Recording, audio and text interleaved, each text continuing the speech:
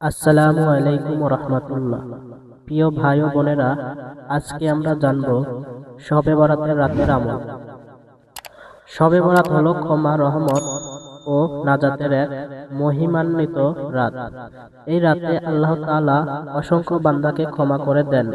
তাই আসুন এই পবিত্র রাতটি আমরা ইবাদতে কাটাই।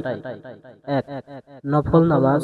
মাগরিবের নামাজের পর থেকে ফজরের আগ পর্যন্ত ২ রাকাত করে নফল নামাজ পড়বেন। ৪ রাকাত, ৮ রাকাত, ১২ রাকাত বা যত রাকাত সম্ভব। প্রতি রাকাতে সূরা ফাতিহার পর যে কোনো সূরা পড়া যাবে। নামাজ শেষে আল্লাহর কাছে গুনাহ মাফ চাইবেন। ২. তাসবিহ ও জিকির এই রাতে বেশি বেশি পড়বেন।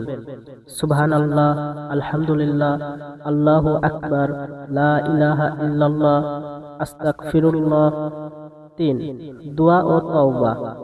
নিজের গুনাহের জন্য কান্নাকাটি করে তওবা করবেন। মা বাবা, পরিবার ও সকল মুসলিম উম্মার জন্য দোয়া করবেন। কবরবাসী মুসলমানদের জন্য দোয়া করবেন। ৪. কুরআন তেলাওয়াত। যতটুকু পারেন কুরআন তেলাওয়াত করবেন। অল্প হলেও মনোযোগ দিয়ে পড়বেন। ৫. পরের দিন রোজার নিয়ত। শবে বরাতের পরের দিন ১৬ই শাবান রোজা রাখা উত্তম। আল্লাহ তাআলা যেন আমাদের সবাইকে এই রাতে ক্ষমা করেন। আমিন।